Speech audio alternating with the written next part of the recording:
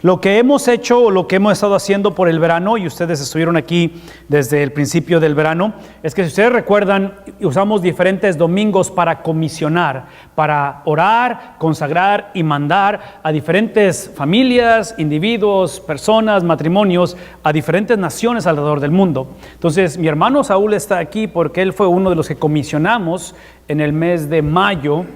El mes de mayo es cuando él salió, y ahorita va a platicar un poquito más de su viaje, pero empezando este domingo, porque es la mitad más o menos del verano, y hasta el final del verano, ahora estaremos entrevistando o teniendo reportes de las personas que comisionamos. ¿Qué es lo que el Señor hizo? ¿Qué es lo que sucedió? ¿Cómo sucedió? ¿Y de qué se trata los acontecimientos de haber estado en aquellos lugares? Así es que mi hermano Saúl, si ustedes lo recuerdan, él salió de aquí de la iglesia hace un año, básicamente, sí. Hace un año. Y platícanos qué ha pasado en este año, a dónde te fuiste y qué acerca de este verano. Claro que sí. Bueno, pues yo estoy estudiando en una universidad que se llama Oral Roberts University. Es una universidad cristiana. Y ellos envían a jóvenes a todas partes del mundo, pero para compartir el evangelio. Y a mí me tocó ir a la India, ¿verdad? Pero yo les estaba diciendo, les dije al primer servicio, les dije que yo no estaba orando, yo no le dije al Señor, ayúdame a llegar a la India, ayúdame a llegar a los hindúes, Señor, para predicar tu palabra.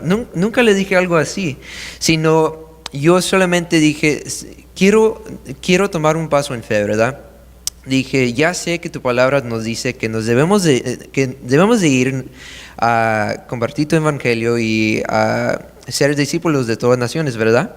Y ya sé que eso es la verdad. Y yo dije, bueno, Señor, yo quiero vivir no solamente escuchando tu palabra, pero también viviendo lo que tu palabra nos dice, ¿verdad? Y yo quería ir, compartir el evangelio. Y nomás así, con ese pasión, nomás le dije, ¿sabes qué, Señor? Voy a dejar todo en tus manos, ¿verdad? Dije, me voy a registrar para ir a un viaje misionero, a ver a dónde es que me quieres mandar, Señor. Y ellos la escuela me seleccionaron y me mandaron a la India porque sabían que tenía experiencia en el ministerio de niños y de música, ¿verdad? Y no sé si ahí puedo cambiar la foto. Ahí me pueden ver tocando la guitarra. Pude dirigir alabanzas en tres iglesias, y también me tocó predicar en las tres iglesias. Entonces, parte del trabajo fue con iglesias, trabajar con niños. Uh-huh. Y el grupo con el que fuiste, el grupo misionero, uh-huh. ¿Cuántos eran ustedes? Éramos 12, 12. No, éramos 9. Éramos 9, sí. 9 estudiantes de la universidad yendo a servir. Sí. El servicio fue entre niños, entre iglesias. Uh-huh. Platícanos un poquito acerca de los retos que encontraste o que viste en comunidades como la India. Y digo esto porque la mayoría de nosotros nunca hemos ido para allá, no conocemos esta cultura, pero pensando en tu trasfondo cultural, de ser de aquí del sur de Texas, el Señor te pone en una posición, en un lugar donde es completamente diferente, religión es completamente diferente. ¿Qué cosas viste que podríamos nosotros escuchar de ti que nos puedan servir para orar por esta nación? ¿Qué retos tienen ellos? Bueno, pues ellos tienen casi los mismos retos que nosotros de acá, pero lo que es más diferente es que allá ellos sí son ¿cómo se dice? Son perseguidos. Son perseguidos. Y a nosotros no nos tocó estar en peligro así, ¿verdad? Pero había una vez que sí nos tocó estar en medio de un grupo de hindú extremistas y de el otro grupo que eran comunistas. Y el grupo de los hindúes extremistas tenían machetes y tenían pistolas. Tenían pistolas y machetes, ¿verdad? Y ahí era el momento donde dije, ¿sabes qué, Señor? Creo que aquí sí es bien peligroso. Dije, creo que aquí sí son perseguidos, ¿verdad? Y ahora puedo ver el peligro que ellos ven todos los días, ¿verdad? Y yo creo que podemos orar por ellos nomás que que el Señor los fortalece y que les trae paz en momentos así y que los deja saber que Él siempre va a estar ahí, ¿verdad? Porque el Señor siempre está ahí, ¿verdad? Y el apóstol Pablo, ¿verdad? Nos dijo que a vivir es por Cristo y a morir es ganancia, ¿verdad? Y ellos saben eso, ¿verdad? Porque ellos saben los peligros que ellos tienen. Y eso sería una forma para nosotros orar por ellos, ¿verdad? Y en el caso tuyo, al experimentar trabajo con niños, trabajo con iglesias, pastores, ¿cómo es que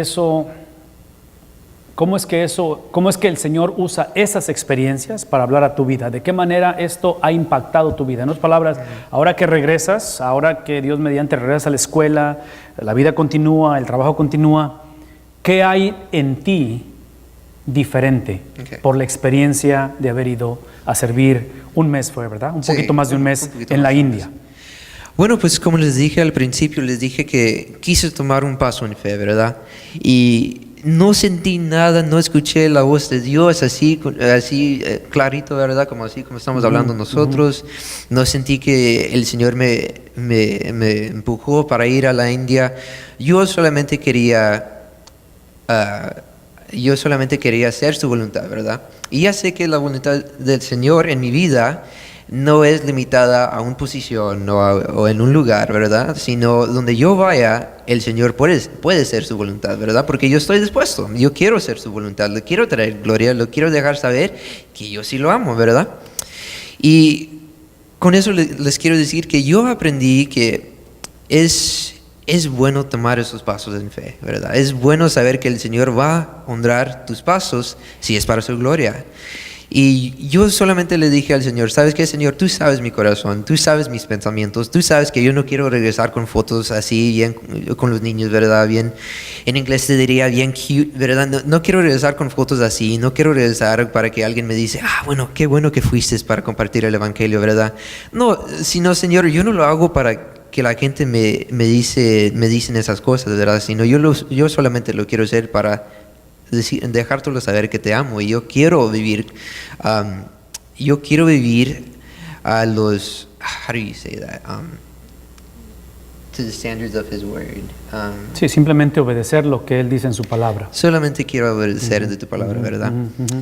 Bueno, pues eso es lo que aprendí, que es bueno tomar los pasos en fe y si es para su gloria, Él va a honrar tus pasos, ¿verdad? Porque yo nunca estaba preocupado, nunca me preocupé, nunca dije, Señor, ¿dónde está el dinero? ¿De dónde va a venir el dinero? Sino simplemente le decía, Señor, ya si es tu voluntad, porque ya sé que es tu palabra y ya sé que es verdad y ya sé que tú quieres que yo vaya a las naciones. Ya sé que esto es lo que tú quieres para mi vida. Y si eso es lo que tú quieres, tú vas a proveer. Porque yo estaba estudiando, ¿verdad? Estaba tomando como 6 clases. Dije, Señor, es imposible yo encontrar trabajo y colectar $3,000 para ir, ¿verdad? Y con el apoyo de ustedes y de familia y de amigos, el Señor me dio esa oportunidad, ¿verdad? Y eso es lo que iba a mencionar, que quiero recordarles. A lo mejor se acuerdan, a lo mejor no estuvieron aquí, pero esto lo hicimos como en el mes de abril más o menos, pero como iglesia, a través del Ministerio de Misiones de la Iglesia, se recaudaron ciertos fondos, ustedes ofrendaron, hicimos un culto específico donde se recaudó una ofrenda para apoyarlo a él, y por la generosidad de ustedes es que él pudo ir y servir, ser partícipe de esta experiencia y ahora obviamente ejercer esa fe de la cual simplemente el Señor proveyó y estuviste tú disponible para ello.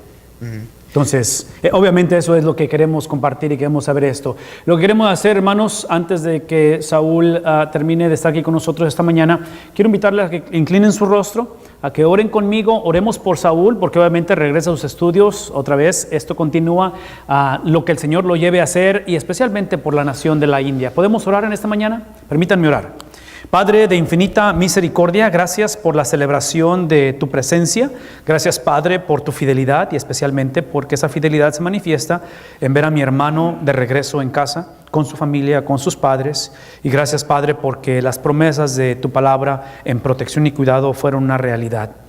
Gracias, bendito Dios, porque el testimonio que podemos palpar de hombres y mujeres que están dispuestos que están disponibles a simplemente unirse a lo que tú ya has llamado a hacerles.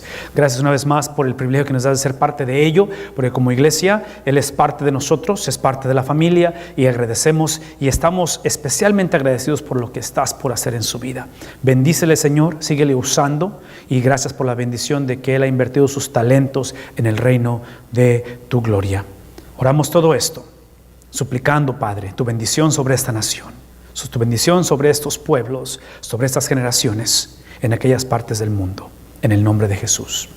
Amén. Amén. Hermano, Dios te bendiga. Muchísimas gracias. Gracias. A ustedes recibieron un volante cuando entraron y quiero pedirles que por favor lo usen. Sáquenlo por favor, porque adentro de ese volante está una hoja que es importante. Bueno, hay dos cosas dentro de ese volante. Una es una hoja y la otra es una tarjeta. La tarjeta tiene que ver con algo que les recomendamos hacer cada semana, que es básicamente el que se puedan comunicar con nosotros, darnos su información, especialmente si están visitando. Es una bendición tenerles y verles y poder saludarles esta mañana. Esa tarjeta la usamos para comunicarnos, motivos de oración, cualquiera que sea. Los domingos en la mañana a las 9:15, el culto aquí empieza a las 9:45, pero a las 9:15 nos reunimos aquí atrás para tener tiempos de oración, y obviamente las necesidades son extremas en diferentes aspectos, diferentes índoles, y queremos orar por ustedes. Si ustedes ponen ahí sus motivos de oración, tienen la opción, si ustedes gustan, de usar la tarjeta anónima. Si no quieren incluir su nombre, está bien. Obviamente, si gustan incluir su nombre, eso es importante y nos interesa mucho eso, saber que están aquí. Provéanos con su correo electrónico y poder comunicarnos entre semana a través de diferentes mensajes que mandamos constantemente. Una de las cosas que suceden cuando uno sale del país y uno viaja a otros países, estuvimos en Alemania y por 2 semanas, y Dios mediante este próximo domingo haremos exactamente lo mismo, pero con testimonios del trabajo en Alemania que acabamos de regresar. Hacemos un campamento de béisbol. Yo sé que la mayoría no podemos ir o no vamos, pero aquí está un paréntesis y un comercial que voy a hacer. Los alemanes han estado en nuestra iglesia 4 años ya, a lo mejor 5, no sé ni cuántos en total. Pero si ustedes quisieran conocer la cultura alemana, interactuar, escuchar los testimonios, escuchar lo que Dios está haciendo en la vida de ellos, aquí es una sugerencia. Dios mediante, entrando el año, entramos en la semana de Spring Break, les recomiendo 2 cosas. Una, voluntareen sus hogares y sus vidas a hospedar alemanes en su casa. Les aseguro que cambiará y les dará la oportunidad de poder interactuar con ellos. Hospédenlos, gente extremadamente sencilla. Una cosa que sucede cuando uno va a Alemania o con esas familias es que la vida de ellos es extremadamente simple. Les puedo dar un ejemplo así de lo simple que es. Las familias donde nos quedamos, que hacemos lo mismo allá, nos hospedamos en casas de ellos, son matrimonios como los de nosotros. Esposo, esposa, 3 hijos, 2 hijos o lo que sea. Típicamente un solo carro porque él usa bicicleta para ir al trabajo. Y los carros, nadie trae carro del año. En fin, las vidas son sencillas, gente sencilla que pueden hospedar. La otra cosa que les recomiendo que hagan, si gustan conocer la cultura alemana y no han tenido el privilegio de ir para allá, es involúcrense en el campamento de fútbol soccer. Programen sus vacaciones, programen su semana, vengan a los cultos en la noche, interactúen con esos hermanos, una experiencia muy hermosa. Conforme estamos allá, y yo tengo el privilegio de ir por 3 años, ese es mi 3er año, este año hicimos algo completamente diferente que no habíamos hecho anteriormente. El proyecto de Alemania tiene 8 años en existencia. Entonces, yo no estuve los primeros 5, solamente los últimos 3.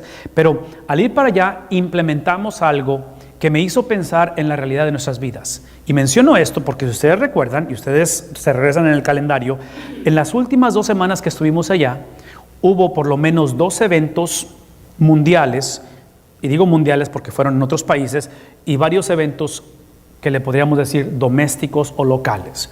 Cuando estuvimos allá sucede la tragedia del sur de Francia. ¿Recuerdan el camión? 80 personas. Sucede la tragedia de Turquía, con la cuestión de la situación militar. Entonces, masacres, muertes de gente. Estamos en Alemania, nos levantamos a noticias trágicas, estando allá. Estando en Alemania, nos levantamos a noticias trágicas como la de Dallas. ¿Y la muerte de cuántos oficiales? ¿3 fueron? Creo que fueron 3 en esa ocasión. Después estamos allá y sucede lo de, ¿qué es el otro? Baton Rouge, Luisiana. Otra situación. En fin, el punto que estoy tratando de decir es que cuando vemos los eventos que están sucediendo Y asumiendo que esta mañana ustedes están de acuerdo conmigo en el mandato de ir a las naciones, y lo estamos viendo, y cuando digo naciones inclusive, y ahorita voy a usarlo esto como comercial, porque si no, después se me va a olvidar, adentro del boletín, adentro del volante, hay un anuncio que está aquí, que se ve de color verde, y esto es un proyecto que hace el Ministerio de Mujeres de la Iglesia en recaudar artículos, y yo sé que la impresión está chiquita, pero es una lista de artículos que las cajas que están en los pasillos es para donativos, para esta, le llamamos en inglés Comfort House. Entonces, como iglesia estamos hablando desde id, localmente, id, conforme estamos hablando con tíos, con hijos, con nietos que no conocen el Evangelio, como id a las naciones. Entonces, en cualquier aspecto que sea, por los eventos que están sucediendo alrededor del mundo, en nuestro contorno, necesitamos entender un principio que me hizo reflexionar ahora que estuve allá. Este año por primera vez implementamos en el entrenamiento de los chamacos el picheo. Nunca anteriormente los chamacos habían sido los pitchers de los juegos. Siempre como funciona esto es simplemente se crean los equipos, todos batean, todos juegan una posición, primera, segunda, tercera, el outfielder, o como se le llame, en fin, es el juego normal de béisbol, pero siempre quien pichea o el pitcher de todos los juegos eran los coaches o los líderes del grupo. ¿Por qué? Pues por cuestiones obvias, porque cuestión de seguridad, de que al aventar la pelota no golpees a un chamaco. Por cuestiones obvias, porque pichar es algo difícil de hacer, no cualquiera lo puede hacer. Y la otra es que descubrimos que al poner a los chamacos a pichar, sí, inclusive yo para el martes fui y hablé con los líderes porque me cayó el 20. Yo no esperaba esto porque no sabía, sí sabía que iba a pasar esto, pero no estaba seguro cómo iba a funcionar. Yo me doy cuenta que ahora el pitcher, que en este caso son los muchachos, los niños haciéndolo, ellos juegan un papel extremadamente importante en la determinación si ganan o pierden el juego. Entonces, automáticamente se puso en los chamacos una responsabilidad que nadie estaba preparado de los chamacos a saber o a estar consciente de ello. Me acerco a los líderes y les digo, hey, sí sería bueno que habláramos con ellos y les hiciéramos entender que esa es la primera vez que lo hacemos, estamos experimentando a ver si funciona y que no se pongan ni se pongan presión extra porque hasta cierta manera ellos determinan si ganan o pierden el juego. Y la mayor parte del tiempo había muchas pérdidas por la cuestión de que ellos eran los pitchers. Pero a la misma vez algo sucedió y eso es parte del juego. Es que al empezar a hacer los famosos tryouts que le llamamos, al principio cuando llegamos empieza a seleccionar quién juega, quién posición, dónde están, quién son los mejores bateadores, todo eso. Obviamente se empezó a seleccionar los que potencialmente podrían ser pitchers. Y una de las características que yo me di cuenta cuando empezaron a seleccionar estos muchachos que potencialmente iban a hacer esto es que ellos tenían que saber bien el juego. Ya no es nada más pegarle la pelota, tener la habilidad de pegarle con un bate o de poder cachar la pelota. Ya tenías que conocer y saber el juego porque mucho depende de cómo tú estás manejando el juego. Y aquí voy con esto. Los eventos que están sucediendo en nuestro mundo, pienso yo, que están demandando que nosotros sepamos bien lo que estamos haciendo. Sí, hace 3 semanas que hablé acerca de este tema, les mencioné a ustedes que sin excepción todos estamos en una misión, todos estamos yendo. La invitación que ha sido y va a seguir siendo por las próximas semanas es que vayamos a la misión de Jesús. ¿Qué implica ello? Que todos tenemos cosas que hacer, todos estamos trabajando, todos estamos invirtiendo, todos criamos hijos, todos criamos nietos, todos pasamos por diferentes experiencias, todos. El punto es alinear todo lo que pasa, hacia dónde vamos, es lo que hacemos con la agenda de Cristo. En el caso de Saúl, viene y nos comparte que él invierte su primer verano en la universidad haciendo algo de lo cual él entiende que Cristo lo llama a hacer. En el caso tuyo puede ser simplemente el poder hacerlo en tu trabajo, en tu casa, en cualquier otro aspecto de la vida, no tiene que ser en la India. Pero el punto es que tenemos que saber qué es lo que estamos haciendo. Sí, este problema que estamos viviendo alrededor del mundo en cuestiones raciales, viviéndolo en casa, sí, es un problema que siempre ha existido. ¿Cuántos recuerdan ustedes la historia del libro de los Hechos? Cuando Pedro, en una visión de parte de Dios, el Señor le pone enfrente comida. Y por primera vez le pone enfrente a Pedro, en la visión, le pone carnitas y machacado y chorizo con huevo. ¿Y qué dice Pedro como siendo el super judío? ¿Qué dice Pedro? No puedo yo comer de eso. ¿Qué le dice el Señor? No llames inmundo lo que yo he bendecido. Observen el trasfondo racial. De tal manera que en la visión, en el sueño, ¿a dónde lo manda el Señor? ¿A la casa de quién? ¿Alguien recuerda? Lo manda a la casa de un gentil, ¿a qué? A comer lo que él nunca antes había comido. Le prohibía su cultura, sus lentes judíos. Y Pedro está entrándole duro. Agarra la tortilla y se avienta sus tacos de machacado, de chicharrón, y disfrutándolos, cuando de repente entran otros de sus hermanos judíos que lo ven comiendo lo que no debe comer, y Pedro se intimida y se levanta y se va. ¿Qué es lo que hace?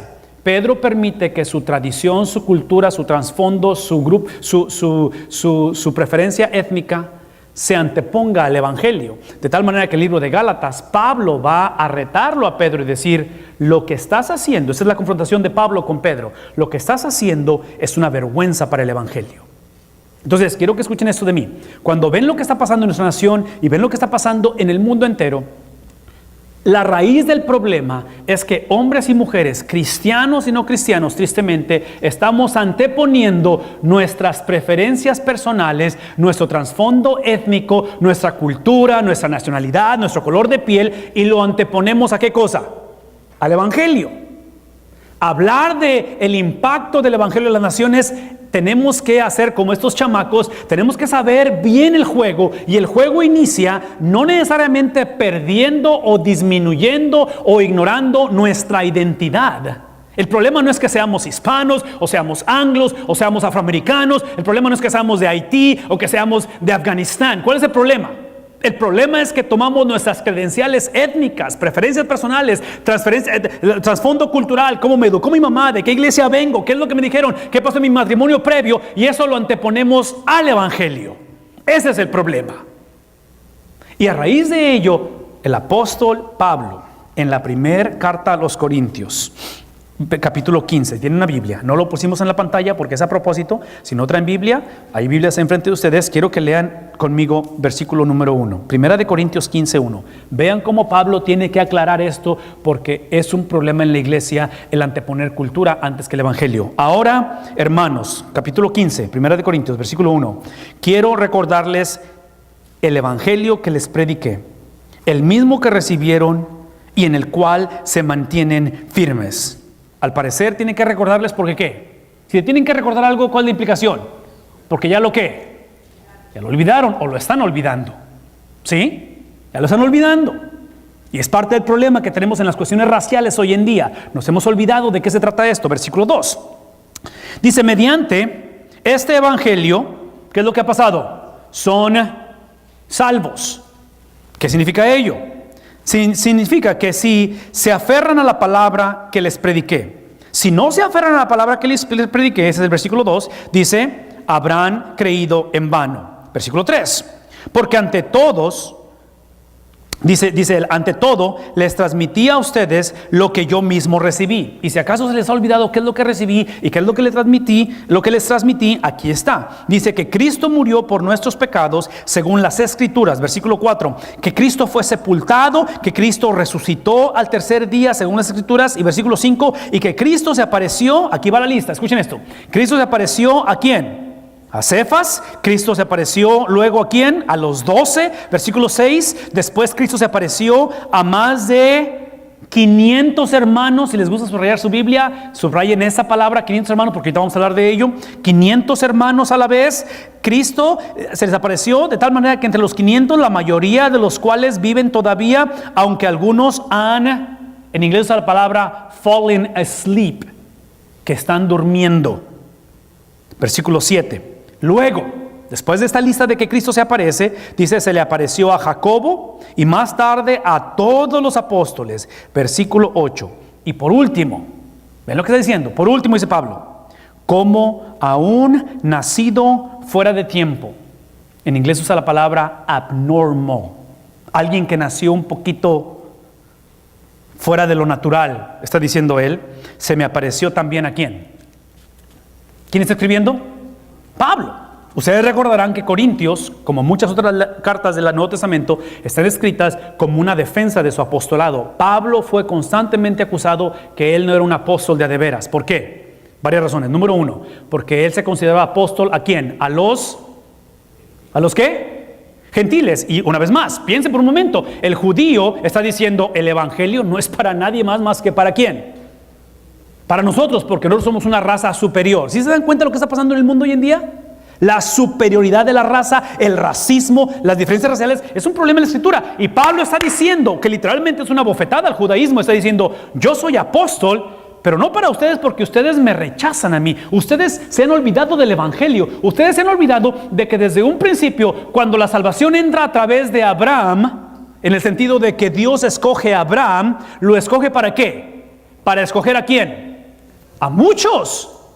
Desde un principio el punto ha sido cuando el Señor da la primer profecía mesiánica, Génesis capítulo 3 versículo 15, donde habla que la serpiente va a venir y literalmente va a herir, ¿sí? Va a herir. Y dice el libro de Génesis que la simiente de la serpiente, ¿qué va a hacer a la cabeza de la serpiente? Sí, está hablando acerca de redención para, escuchen esto, redención para ¿quién? Génesis capítulo 3. Los judíos no se van a aparecer hasta 100 años después. ¿Qué es el punto aquí? De que la salvación siempre ha sido, y por eso es que en sus hojitas quiero que escriban esto, la salvación siempre ha sido universal. Dios tiene una pasión por las naciones. De tal manera que si vamos a hacer la iglesia, que vamos a unirnos a este mensaje y recordar como Pablo está retando a los corintios a decir, hey, aquí está el evangelio, que Cristo murió, que Cristo resucitó y después de su resurrección Él se aparece y da la lista de aparecidos. ¿A quién se le aparece? Termina diciendo, y se le apareció al último, es a mí, a alguien como a uno nacido fuera de tiempo. Pablo está diciendo, yo sé que ustedes no me consideran apóstol, pero yo soy apóstol aunque no haya caminado con Jesús en su tiempo en la tierra. Pero en el capítulo 9 de Hechos, cuando Pablo o Saulo va rumbo a Damasco, ¿qué aparece? ¿Qué sucede en ese momento? ¿Quién se le aparece? Literalmente Jesús. Entonces Pablo está diciendo, hey, acuérdense que el contexto de esto, Pablo está hablando acerca de la resurrección de los muertos, que es el punto de aquí. Lo que quiero que recordemos esta mañana es lo siguiente, porque en las próximas 4 semanas, que estemos entrevistando más gente, el punto del asunto va a ser la gran comisión, Mateo capítulo 28. Y en el capítulo número 28 de Mateo, versículo 16, vean lo que dice. Los 11 discípulos, esa es la gran comisión, Mateo 28, Mateo 28, versículo 16. Los 11 discípulos, ¿por qué 11? ¿Quién falta? ¿Recuerdan? Ya estamos -1. Los 11 fueron ¿a dónde?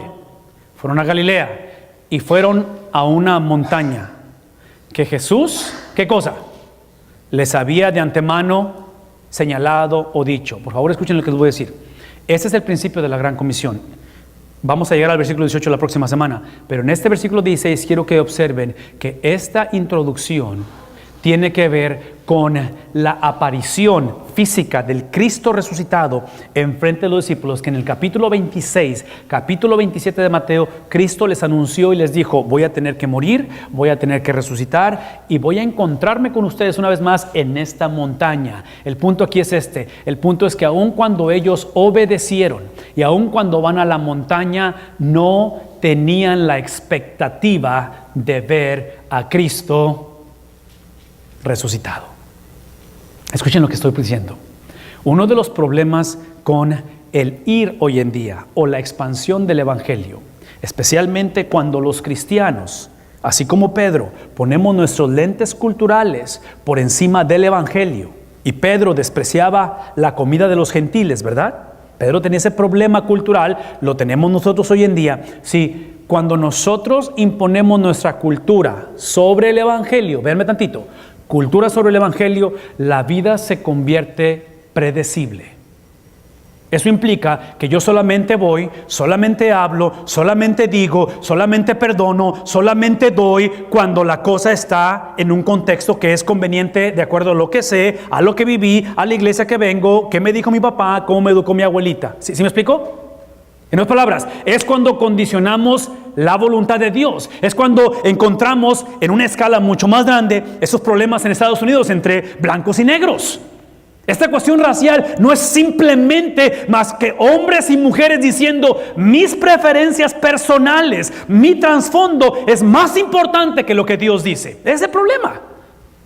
El problema en el matrimonio, las diferencias en las relaciones interpersonales, ¿qué es? Es simplemente decir, así fui criada, así viví yo, eso es lo que yo soy. Y cuando empieza el estira y afloja, tratamos de imponer lo que yo pienso, lo que yo quiero, lo que yo soy. En ese contexto es donde estos discípulos van a tener que venir a encontrarse con el Cristo resucitado, el cual van a batallar para reconocer, y esto es común, porque al parecer, por diferentes pasajes de la Biblia, Cristo se ve un poquito diferente físicamente. Es un cuerpo glorificado, pero se ve diferente. Batallan para reconocerlo. Pero el punto es que cuando ellos se aparecen en la montaña y obedecen de estar ahí, no esperaban ver esto.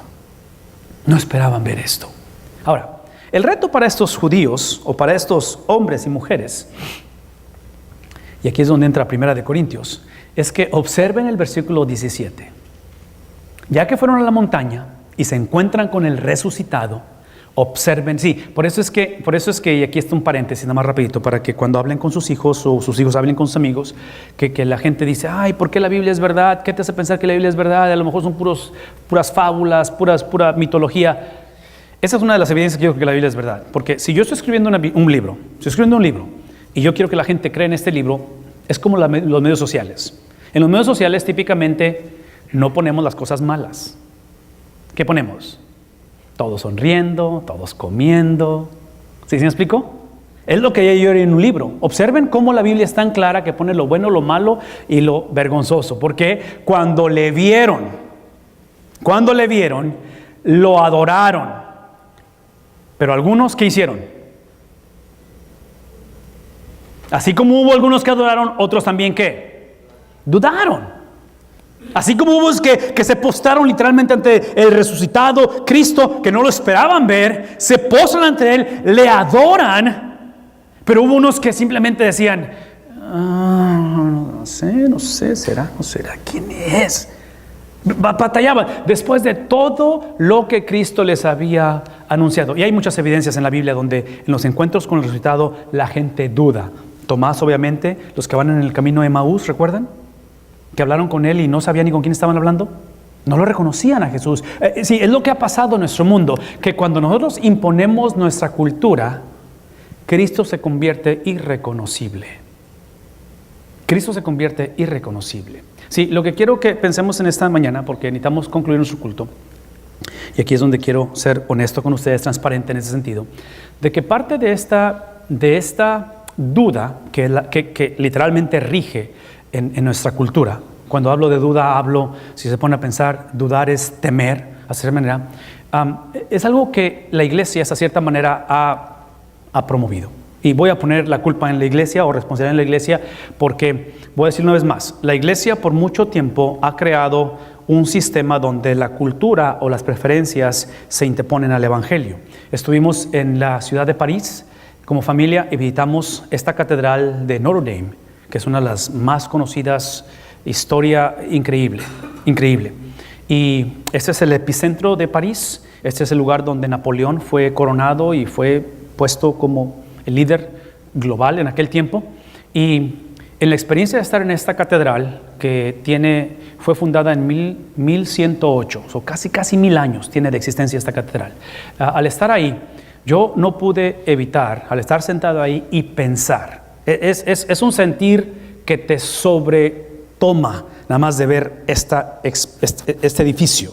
Es increíble. Y sobre todo el estar ahí y pensar que por casi 1000 años, porque estoy sentado así y veo hacia un lado y veo un letrero que están anunciando los cultos que tienen ahí. Los domingos se reúnen a adorar ahí a Dios. Entonces yo estoy diciendo, por 1000 años aquí han adorado a Dios. En mi mente no puedo concebir eso, porque yo empecé a pastorear desde el 92. ¿Y qué es 20 años, 22 años en comparado de 1000? En fin, en mi mente no pude evitar, pero pensar y procesar todo esto, que esta es la conclusión con la que yo llegué. Y aquí es donde voy con respecto a los que dudan. Este tipo de edificios, que no estoy en contra de edificios, son hermosos, pero estos edificios proclaman algo que es inevitable, y es el divorcio, es la separación de lo que típicamente se le llama clero y laicos. Es la separación entre aquellos que son profesionales o profesionistas en la cuestión del evangelio y aquellos que simplemente, pues aquí andamos y le echamos ganas y pues yo no sé mucho de la Biblia. Y el punto es este. Aquí es donde voy con esto. El punto es que este pasaje que les estoy presentando acerca de cómo unos adoraron y otros dudaron, es el pasaje que yo relaciono con 1 Corintios capítulo 15 que acabo de leer, donde donde Jesús se aparece a 500, porque yo creo que esos 500 son parte de ese grupo que en el versículo 17 está diciendo unos creyeron, unos adoraron y otros dudaron. El punto de la historia es esta, es que así como es hermoso esto y la tradición y las culturas, y eso es importante, no estoy en contra, es algo hermoso lo que estas culturas han hecho, es hermoso. Es que estas culturas no pueden anteponerse al llamado de Dios. La tendencia de nosotros es leer pasajes como Mateo capítulo 28, de id y predicad el evangelio. Y pensamos en cierto tipo de personas que deben de ir. Yo no tengo el dinero, yo no tengo la habilidad, yo ni siquiera hablo el inglés. ¿Sí me explico? Yo no tengo pasaporte, yo no puedo ir. Si tenemos esa mentalidad de que es para cierto grupo de personas, este mensaje fue dado a 500 personas. Pablo acaba de enlistar a todos los que se les apareció y al final de la historia el mandato es universal.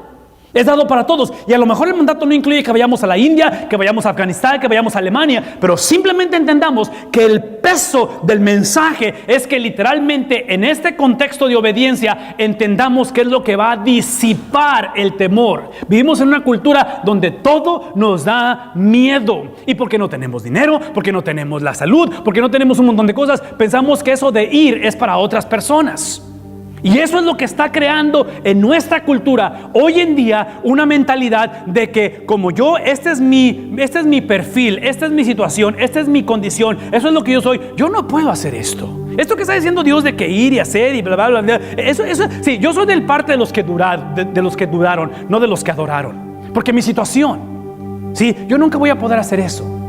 Hablarle a mi primo, hablar a mi tío, mejor hay que hablarle a un pastor para que venga y le hable a ellos. Cuando está en el hospital, si yo no puedo orar, hay que hablarle a quien realmente sabe orar. ¿Sí me explico? El mensaje es para todos.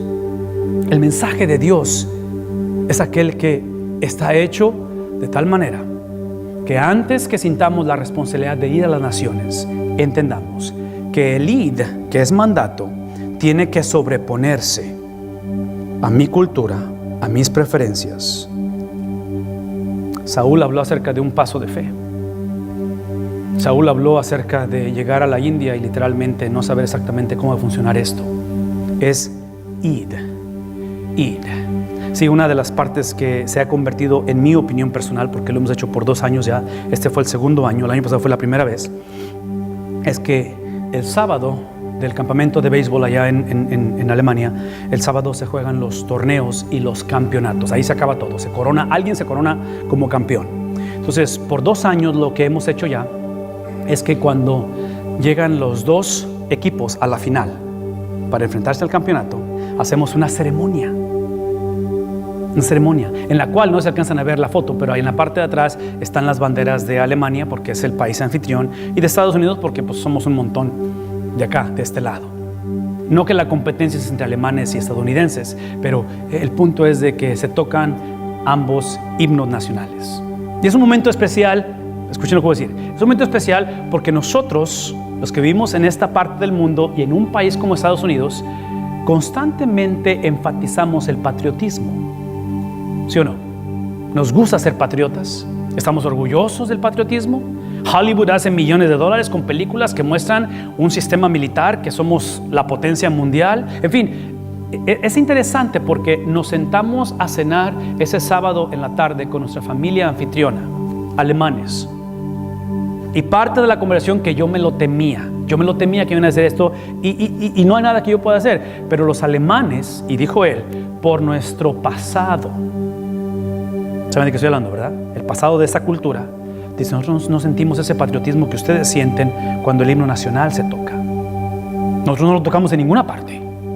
No estamos en contra del país, pero no tenemos ese patriotismo. Y el punto es este, es que ya sea que estés en un evento como este, en tierras lejanas o en tu propia escuela, en un evento cívico aquí, cualquiera que sea el caso, y se tocan estos himnos o estas melodías que son un ícono de nuestra identidad, a lo mejor tu trasfondo es sentirte completamente orgulloso, o tu trasfondo es completamente indiferente porque ni siquiera eres de este país, no creciste aquí, llegaste como adulto, no tienes ese sentir en tu ADN, o a lo mejor como los alemanes, si a ellos les das la opción, ellos no harían esto, ellos no lo harían, nunca lo hacen ellos. En sus juegos de fútbol o lo que sea, no lo hacen ellos esto, porque el punto es este: independientemente del trasfondo, cuando llegas a un evento donde estás en un campeonato y el torneo el cual has trabajado toda la semana está en un momento decisivo, piensa en la vida, en momento decisivo, y alguien va a ganar al final, las preferencias, sí, en este tipo de eventos, cuando se trata de el himno nacional, no tocamos la canción que le gustaba al coach de un equipo. Sí, la tendencia de nosotros es decir, yo le entro al ruedo si tocan la canción que a mí me gusta, si la iglesia tiene la adoración que a mí me gusta, si el pastor predica como yo quiero, si el culto es a la hora que yo quiero. ¿Sí me explico? No podemos hablar del evangelio si seguimos pensando, si cuando estamos en este tipo de eventos se toca un himno nacional que representa ¿qué cosa? Toda la nación. 240 años de esta y miles en la cuestión alemana, no sé cuánto tiempo tiene esta nación de existencia, pero tocar o tener una bandera que literalmente está moviéndose con el aire está representando algo mucho más grande de ti y de mí. ¿Sí me explico? Y ese es el evangelio. El evangelio es entender que hoy en día, porque Cristo resucitó, hay una bandera que es la cruz de Jesús, que está moviéndose a través de las naciones, y el Señor está buscando hombres y mujeres que se enlisten en momentos cruciales para entrar en una batalla donde sus preferencias personales cedan, donde no podamos seguir tratando de ir siempre y cuando todo esté conveniente, siempre y cuando todo se alinea a mi perspectiva, porque eventualmente esas cosas están a flote, y eso es lo que pasó en Dallas, eso es lo que pasó en Baton Rouge, Luisiana, y al parecer va a seguir creciendo.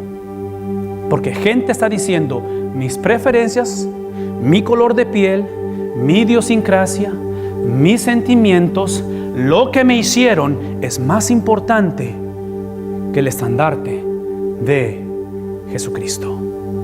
Es obvio esta mañana que si tú nunca has conocido o entregado tu vida a la cruz de Jesús, si no conoces la redención de su presencia, si no sabes el impacto de esto, eso explica por qué tú quieres que en un evento como esto se siga tocando la música que tú quieres, que todos hablen como tú dices, que todos piensen como tú dices, y por eso a lo mejor piensas dejar el matrimonio o rendirte con tus hijos o el trabajo o lo que sea, porque la cosa no se alinea a tu perspectiva. Sí, el punto de la vida es adoptar, es vivir la mente de Cristo. De tal manera que Pablo, regresando al principio de la conversación, Pablo dijo al principio, se pareció a todas estas personas y se apareció últimamente al final a mí, que soy un nacido a destiempo, un nacido fuera de lo normal. ¿Será posible que esta mañana a lo mejor parte del problema es que muchos que estamos aquí como cristianos hemos pensado que nacer en el evangelio es para que todo sea normal, para que no haya retos, no haya riesgos, no haya incomodidad? ¿Qué si esta es la mañana en la cual, conforme pensamos en nuestra hermosa nación, pensamos en la necesidad de nuestra cultura, inicia con hombres y mujeres que dejemos de sacar nuestra propia bandera y saquemos el estandarte de Cristo en consagración, en adoración, en entrega, en simplemente ir con una agenda sometida a Él?